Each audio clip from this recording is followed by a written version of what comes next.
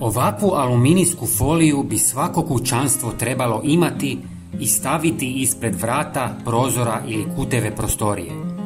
Sigurno se pitate, ali zašto bi stavio foliju bilo gdje? Vrlo brzo ćete saznati o čemu se radi u ovom kratkom videu i nećete vjerovati kako se ranije niste toga sjetili. Prvo što će vam trebati je ovaj tamni prah. Uskoro ću vam pokazati što je to. Zatim će vam trebati i čaj od mente. Sada to dvoje pomiješajte.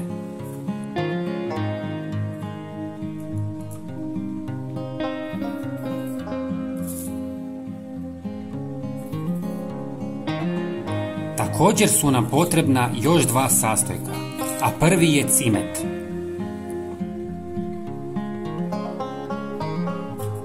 I zadnji sastojak je ljuta crvena paprika ili papar.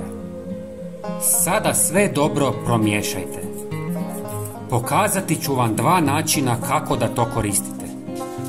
Možete jednostavno posudu umotati u foliju i izbušiti male rupice.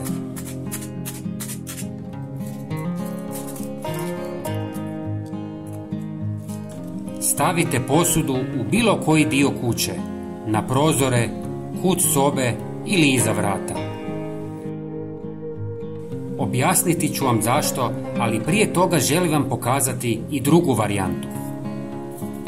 Uzmite komad folije i napunite ju ovom smjesom.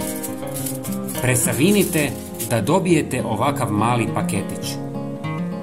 Također izbušite na njemu rupe i stavite ga svuda po kući, a onaj tamni prah na početku videa je talog od kave.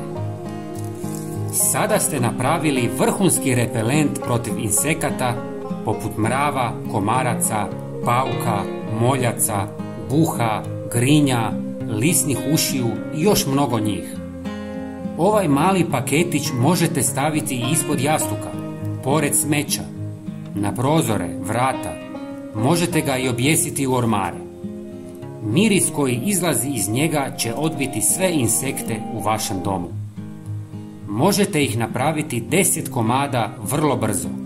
Stvarno fantastično. Dragi prijatelji, ako vam je video bio zanimljiv, podijelite ga sa svojim prijateljima i pretplatite se na naš kanal. Hvala vam puno. Pozdrav!